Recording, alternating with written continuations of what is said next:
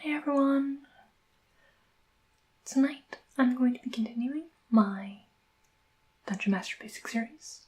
Oh, I'm Lily. I usually say that after I say, hello everyone, but I didn't, and this is the 4th time I've done this intro, so I'm not going to redo it. Take that, professionalism.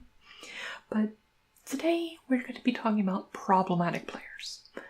Now, I'm going to preface this by saying, except for one we're going to talk about in a moment, none of these, I think, automatically say, like, cut these people out of your campaigns, cut these people out of your, like, friend circles and stuff.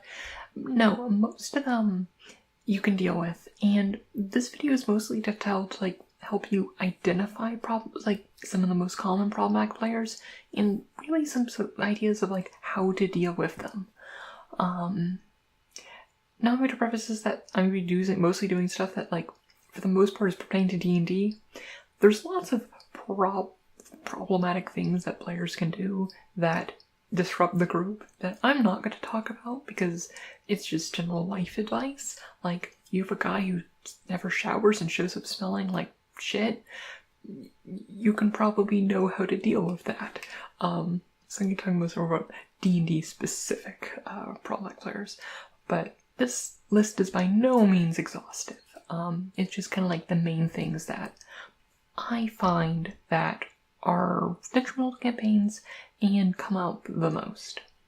But like I said, the one thing that you just that you really just need to cut out of your campaigns and honestly out of your life if you can, and that is just players who are disrespectful towards you or other players. And continuously do that. Like, some people don't know and you need to tell them that. Like, I will say time and time again, the core to a successful D&D campaign is communication between players and the DM, and in between players, and yeah. So it's one of those things where it's like, if they're just being flat out disrespectful to you and either fail to acknowledge that or fail to change, if they're in one of the categories I talk about later and you bring it up with them and they have like just flat out like refuse to change or try at all, that's then brings them into this category, and that's when you need to make the conversation to cut them out of the campaign. And it's hard to say to someone like, hey, dude, you're out. Usually I'll do like, if like after talking to him first and like gently being like, hey, could you be a bit more respectful to me and like not try to like openly make fun of my DMing style in front, like during the group and whatnot, or various things like that.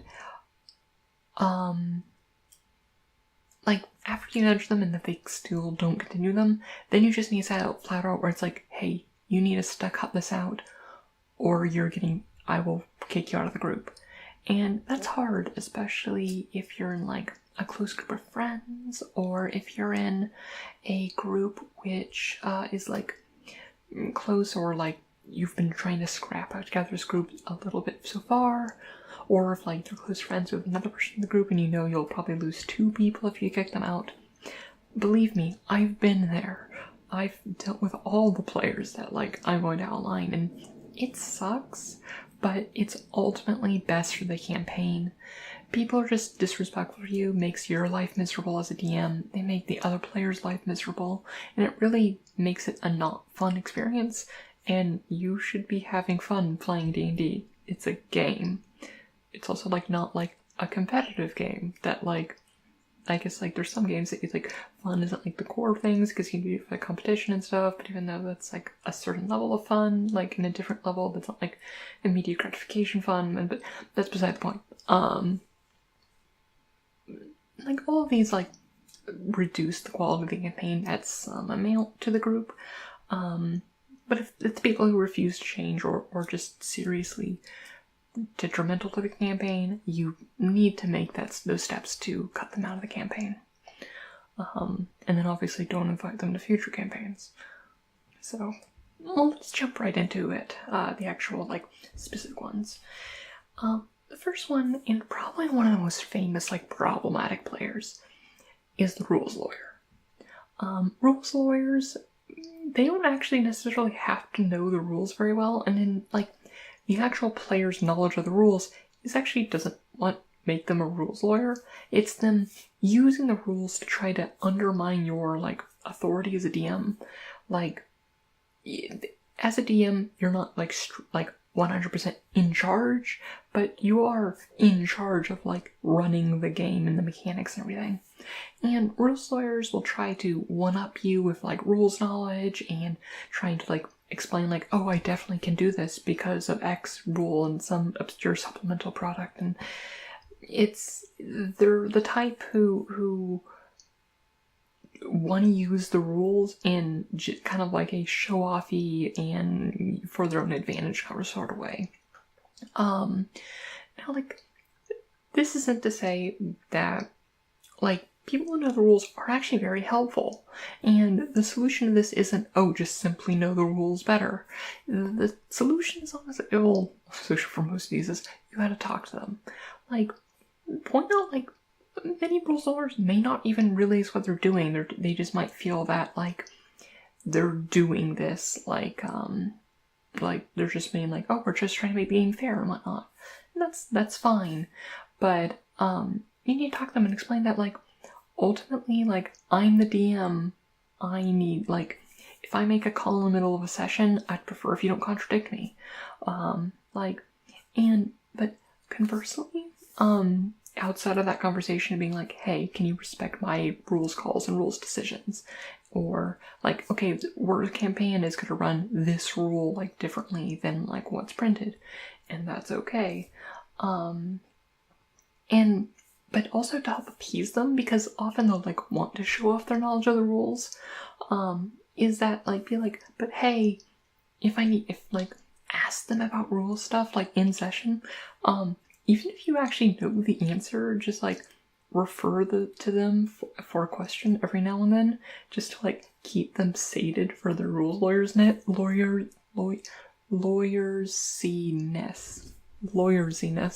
That is not a word. But there's, like, give them, like, little tidbits. Like, a lot of these ones is that you can actually, like, just channel a lot of, like, what they're doing, and they can be positive things in the campaign. It just doesn't, they're often manifesting it in the wrong way. So, yeah. So, rules lawyer, that's cool. So yeah, no, main thing is just talk to them, let them know that, like, you feel, like, disrespected or have your authority undermined, or, like, you're interrupting the flow of the campaign, and explain to them, like, that is an issue. And then also ask to use them as a resource. So, yeah.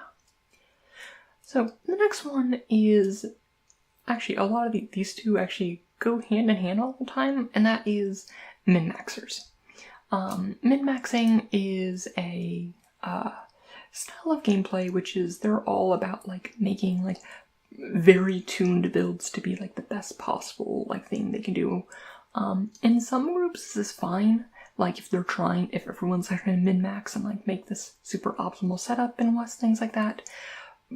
But if it is any other sort of groups, this can be really disruptive in combat. It can be really disruptive in skills, because all of a sudden they're amazing at very specific things and everything, and their characters often, also times min-maxing characters, if you're trying to be, like, a very story-driven campaign, feel very flat. And ultimately, they often don't feel like, they don't just mesh with the group character-wise or in combat, because it's one of those weird situations where it's like, if they're, like, at a much higher power level than everyone else, like, there is this disparity that makes it really hard to design encounters and do things with, so it's not ideal. It can also be problematic because, like, some people just don't realize they min-max. Like, the same thing happens in Magic. Like, if you're in a commander group and, like, you ask, like, hey, there's one spike in our group, like, hey, can you tone back your decks a bit? Like, can we just relax and have some fun? And they don't really connect, like, that's just kind of, like, how they play and how they do it. And it can actually be hard for a min-maxer to, like, not, like, optimize a character. And also, I'm saying, like, I'm not saying, oh, people who have builds and, like, do synergistic stuff with their classes are bad. I'm talking more the extreme end of, like, comboing off, like, chains of abilities to get, like, bonuses that really are really unrealistic at the levels that you're at. This is honestly less of a problem in 5th edition, because, and 4th edition as well. You're only really going to run into it at, like, Pathfinder 3.5 and lower editions, because there's a lot more options and things available to you. It's a lot harder to make a super, like, spiky character in 5th edition, because of, like, I don't know, there aren't as many character options and stuff like that. Sure, you can make more optimal characters than others, but the floor and ceiling are much closer to each other than, like, Pathfinder. So I approach this 2 ways to fix this. One is talk to them, explain to them, like, okay, can maybe choose not, like, that build, like, just let them know, it's like, hey, this is the kind of group that we're trying to put together. We're not trying to do this, like, super combat focused or, like, super, like, high-end, like, high strategy idea, and just let them know that, like, maybe they're building the character for the wrong campaign, and because often that might be what they want to do, and they might be happier in a different campaign than just doing this thing where they're trying to, like, just push the limits of the rules and whatnot, rather than a general campaign. And that's okay. And so one thing is, like, you can ask them to, like, tone it back a bit, like maybe choose some, like, hey, for the next few levels, can you, like, maybe choose some cool feats or something, or maybe not go, like, keep going on the build that you're on. There was a bug on my screen. And things like that. Alternatively, like, you can let them to, like, if the other players are okay with this, ask them to help, maybe use their abilities for, like, min-maxing and stuff to help, like, the other players, and, like, talk about buildcraft and stuff, because oftentimes the rest of the group, you can also talk to the rest of the group about this, where a lot of the times the group is actually interested in having, like, kind of more powerful characters and everything, but they either, like, just don't know the rules well enough, or they just don't have the time to go through and brew new builds and stuff. And you can ask the min-maxer to, like, maybe, like, help out and talk with other people and, like, figure out the cool, like, interactions and builds and stuff for them, and raise the floor of the power level of the group. So, like, they still might have this, like, very high level character, and you can help raise the rest of the party to a closer level, to the point where the disparity to the characters isn't totally the same. Another option is always that, like, you can use to deal with most, like too powerful characters, is magic item distribution, where you give them not as good or less magic items, while giving on everyone else to boost them up. But the thing is that min-maxers know the rules well enough that they'll probably catch on that you're not getting as many magic items, or the right magic items for the build, or what they're wanting to do. So that doesn't always work. That strategy is honestly better for, like, giving powerful stuff to raise up a weak character than, like, lowering down a strong character, because it feels bad when your character, like, just stops getting loot. So yeah. But there's lots of ways you can do to incorporate them into, like, that process if they find it, like, too difficult to necessarily just, like, make a more casual character. Okay, so the next one is the World Builder, and this is, like, a weird title. Some of these names are my own names because I don't really have a good name for them, and this is kind of like on the opposite end of the spectrum, where, like, there's kind of like a spectrum of focus on D&D, where on one end you have mechanics and combat and all that, and the other side it's all about lore and story and whatnot. And the World Builder is a player where, like, I encourage all my players to, like, come up with, like, cool things for backstories. It's like, if you're coming from a small town, like, and everything that, like, in the lore and stuff, like, it's like, and you're building your character, like, tell me about the town. I don't have every backwater town filled out, so you can design that for you. But the world builder takes that a step too far and like starts creating like huge parts of the campaign and without like strictly consulting you, and kind of like steps into the role of like making the game world and making the campaign. Oftentimes to do so to like leverage to their own character's advantage and things like that.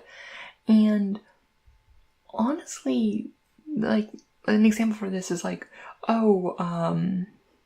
like talking about like bringing in like it can be like adding in like large parts of their backstory that just weren't there, that all of a sudden has like this surprising relevance to the problems at hand, or and like that. But the alternate, like, and I'm not saying like the people who are like, who they come into town and be like, hey, can I know a guy, like, and like be like I never explicitly said this is my backstory and things like that. And that's fine being like, hey, can I add like someone I know in this town as part of a story just to make it feel more organic? I'm talking like out of nowhere talking about like inventing like whole kingdoms that they can like call upon their armies and stuff. And otherwise, it comes into the next one too, but just also just being strictly contrary to your lore. So there's almost kind of like a rules lawyer, but like a lore lawyer, lawyer, into that campaign. And that can be hard. And honestly, a lot of the solutions are just the same as for rules lawyers and min-maxers, is you just gotta talk to them and let them know that like, hey, I'm designing this game world here, and there are limits on to like what you can add to the story. Like, if you want to add things, talk to me outside of session, and I can do this, and we can work together and do that. And again, like with kind of like the rules lawyer and the min-maxers, use that ability to your advantage to help satisfy their desire to like do this world building and things like that, as well as to like not in a destructive way for the campaign. Being like, hey, I need to like flesh out this continent because like you might be going there soon. Can you like give me some stuff on like, can you like design like part of the southern coast and stuff like that, like outside of session? Because a lot of people just like, these people will often be either DMs, at which point they should know better, or people who like the world building aspect of DMing but aren't comfortable stepping into a DM position. And kind of like giving them some like pseudo DM responsibilities, like out of session, can really help with that and help channel that energy that they otherwise are trying to push more destructively into the campaign, if that makes sense. So the next one is just contrarians. These are people who just like at every term like are saying like, a decision you make is wrong, DMing style is wrong, and this also happens with the other players, and they just kind of like want to disagree with you. Like, I mean, this is like just a type of person, and they're honestly quite insufferable to be around. Honestly, I think there's very few more unpleasant people to be around that aren't like explicitly like spewing bigotry and whatnot, but it's just, they'll often be just anything you do will be wrong, and any decision you make will be wrong, and they feel like they should be the one in charge even though they're not in charge and they're not stepping up to be in charge.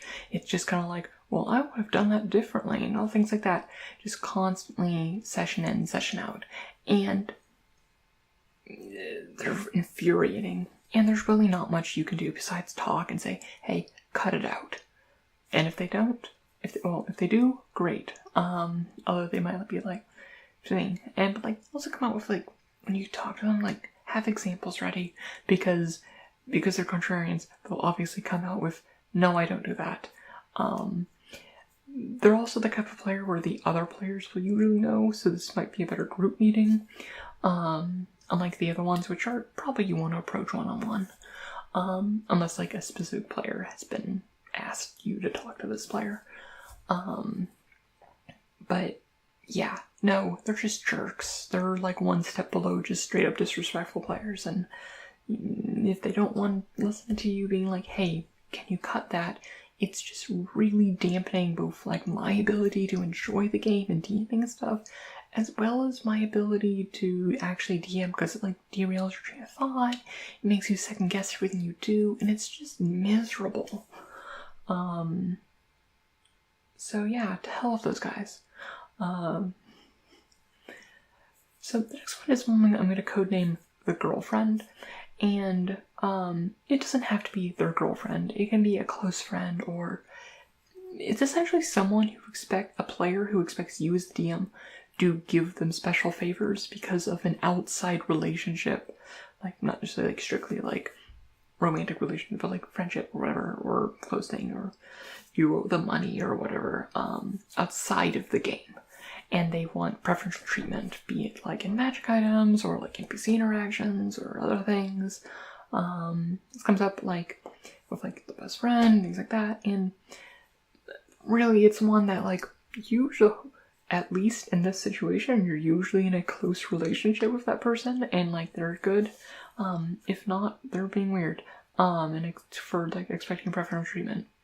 So it's really when you just gotta take them aside and be like, hey, this is a game, I'm trying to be fair to everyone, and just kind of like explain like, it isn't fair to the rest of the party if like, even though our anniversary's coming up, I can't give you the +7 sword of soul draining. Like, it's literally, it's so overpowered, it will break the game and also make everyone jealous, and you just gotta explain that like, hey, I can't necessarily give this preferential treatment, and just kind of make it clear to them.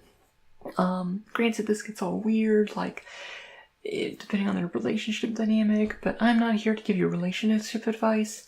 I'm still single, so I probably am not the best person to be giving relationship advice, so don't ask for me for relationship advice. People keep doing it, and I don't know why. If you ask, I'll give it to you, but you really shouldn't follow my relationship advice. It's bad.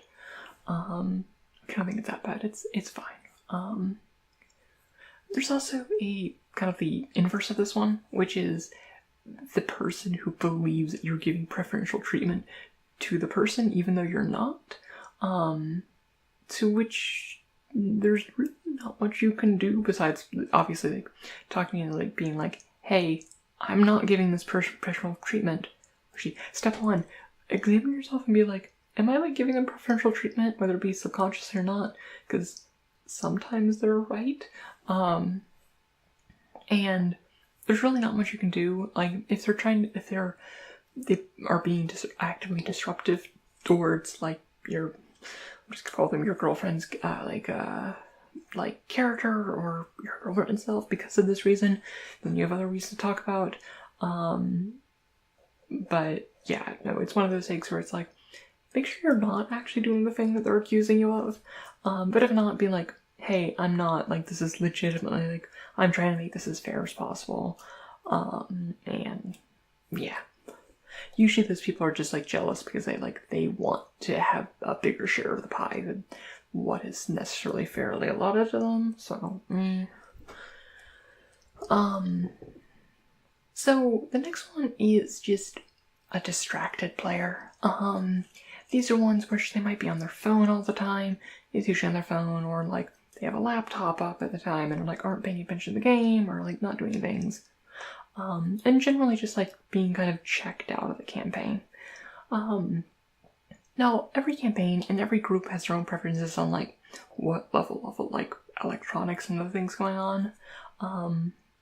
I policy in my games is like, you can check your phone and do things like that. Like, don't be like playing games on your phone the whole time, or like laptops are a no-no. Honestly, less because of the content of laptops, and I don't like the barrier that like a laptop, like, this isn't a laptop, but a barrier like a laptop's like creates between you and the rest of the group. For the same reason, I don't use a DM screen. There's those like fold-out things you can use like to hide your notes and stuff. I just have my notes like tilted towards me if I need to like be keeping track of stuff and like trust that my players won't be like peeking at them, or otherwise I'll like keep them in my lap, or just like otherwise covered, just because I like the openness of a table, or enjoy things like that, and that's why I don't like computers. But I mean, to each their own. But even if you do allow something like computers or phones or anything in your games, if it's becoming a true distraction, you might want to like consider changing that policy, or being like, at least tell the person who's like checking out to be like, hey, do you want to be in this campaign, or do you just want to be on your computer? And kind of like lay some ground rules. And that's fine. Some people have trouble like paying attention or being distracted, so that's like why I let people check their phones and stuff. And I don't know, I get stressed when like I can't check my phone because modern technology and whatnot and things like that. But yeah, no, it's like there's a degree that you can allow distractiveness. Some people like just can't focus entirely on D&D at the time, and that's just a fact. But it's like when it becomes a consistent problem with like players like not being ready when their turn comes in combat, or just like ignoring other players, or missing cues and like not knowing what's going on, then it becomes a problem. So the main thing is just check in with them, be like, hey, because sometimes it can be like the campaign isn't engaging them enough, and that can be a sign that you need to like talk to them, being like, hey, I've noticed like you haven't been paying much, like what can I do to make this better for you, and like make it more engaging for you. Like most situations you're dealing people, and for all of these, try not to be overly accusatory, because you don't want to make the person very defensive. Like the ideal situation is that they recognize what they're doing and change their behavior. And if you go all about like being like, you're the worst player I've had in the 20 years I've been playing this game, fuck you, they're gonna get all defensive and not want to change. So it's like come from a position of like trying to be like understanding what their issue is with the campaign, and work with them to change that and help them get more engaged, and being like, add in like being like, hey, like could you like try like at least like try to be a bit more like engaged in what's going on with combat and stuff, and know what's going on, and that's fine. And I'm also only say this as like a chronically distracted, like sure, there are sessions where someone is distracted, or like they're having a bad day, or like their sink exploded and their roommate is like frantically like texting them trying to figure out what's going on, and they're being a jerk roommate and being at D&D instead of like helping the roommate fix their sink that exploded. Okay, bad example, but there's lots of reasons a player might be distracted in a session, and it happens, life happens, and that's fine. So I would like to just have a subnote, is that when I'm talking about like generally distracted players, some players are just quiet and don't like to involve in like role-playing and stuff like that, and they're just kind of like, they like being part of the group, but not necessarily like getting into like the full like flow of the game and role-playing stuff, and that's fine. I've talked about these kind of players in general, where they're just quiet and stuff and kind of like passively playing, I call it, and that's okay.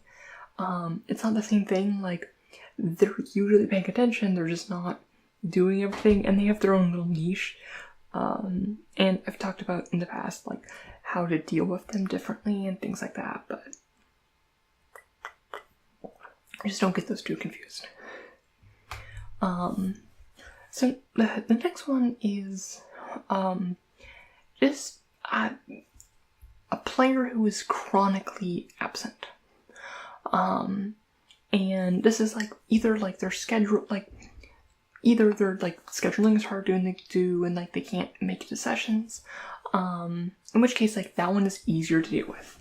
Like if a player can only make like every other session, like you can deal with that. I don't think I've actually done a video on like how to deal with players like when they're not in session. That is probably a good like small topic for like a variety video. But there are ways to deal with that. Like if you know in advance that they're not going to be there, it's a lot easier. And if they're being like, if you're in your Discord chat that you're talking about like, hey, is everyone free to meet up this week? And they're like, yeah, no, I can't. You can plan ahead and for their character not to be there, bearing like adjusting your their levels and things, like adjusting like monster levels and loot and stuff and character interactions and things like that. You can plan ahead. But if Alternatively, there's the player who is chronically absent and doesn't tell you until like the day of. That's an issue where you need to talk to them and be like, hey, if you're not going to make it, I need to know as soon as possible. And this is becoming a recurring problem. Once again, everyone has it happen to them sometimes where life happens and they have to cancel and bail and stuff. But there are the players who consistently being like, oh, I can't make it, or just straight up like, don't show up, and then like after like 2 days later, like, oh, I forgot, or oh, I had a thing that came up. And it's like, communicate, people. And that's fine. Or no, it's not. Okay, no, it's not fine. But then you just need to sit down and talk to them. Like, you don't necessarily have to cut them out entirely, but at that point, I just assume in my planning their character is not going to be there. And those people are also very frustrating, and cut them out of your life. Because you don't need that kind of stress. But besides that, one thing you can always do, also is make sure if the person isn't making it to sessions consistently, make sure that their character isn't a key member of the party. And by that I mean not like the central character of the story, or like pivotal character to the story, or also either the party's sole tank or the party's sole healer, because otherwise the party just doesn't work and campaigns don't flow well when they're not there. So yeah, so it's like one of those things where it's like, you just gotta have communication. And if the person is only making occasional sessions, honestly,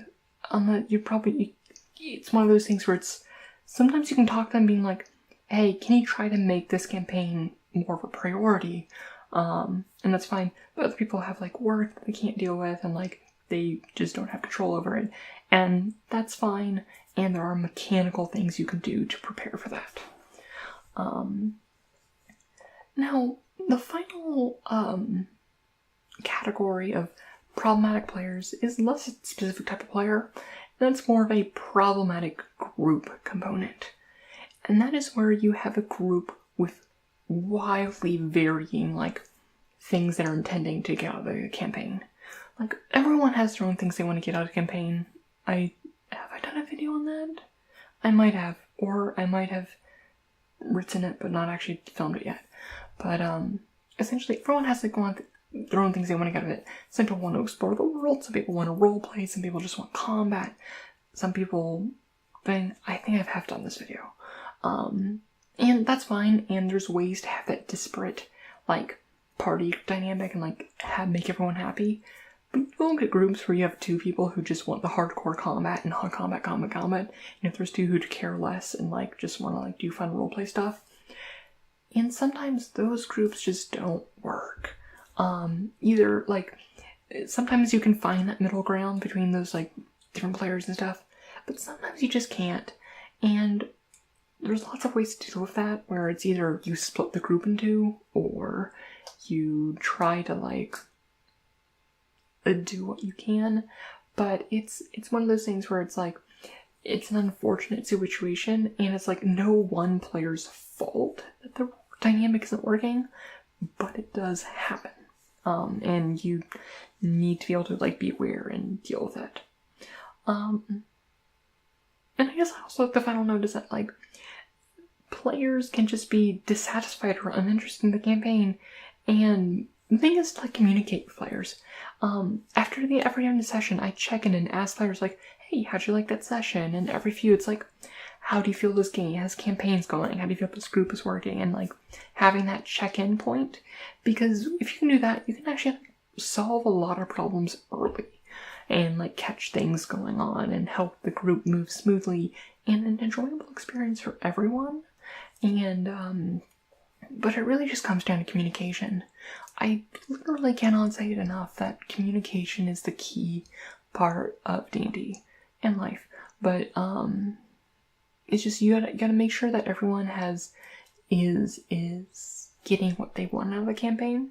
Because honestly, most of these like problematic like people and like players are aren't like genuinely like trying to ruin your campaign. It's just they're dissatisfied with something that they're doing, and it's your job as the DM to kind of like make sure all this works and make it as an enjoyable experience. It's not solely your job. Like all the players have to come together to like make this campaign work. Like a campaign isn't just the DM. Yeah. Well, I hope you enjoyed this video and got some insights into how to deal with bad friends. That's not true, but that's like things to look out for in campaigns that can really kind of derail campaigns. Like, I've had campaigns completely ruined by these kinds of people. Like, otherwise, like, going on in session, like, is doing good and, like, other like, group dynamic, and you just get 1 or 2 bad eggs and it ruins the whole batch.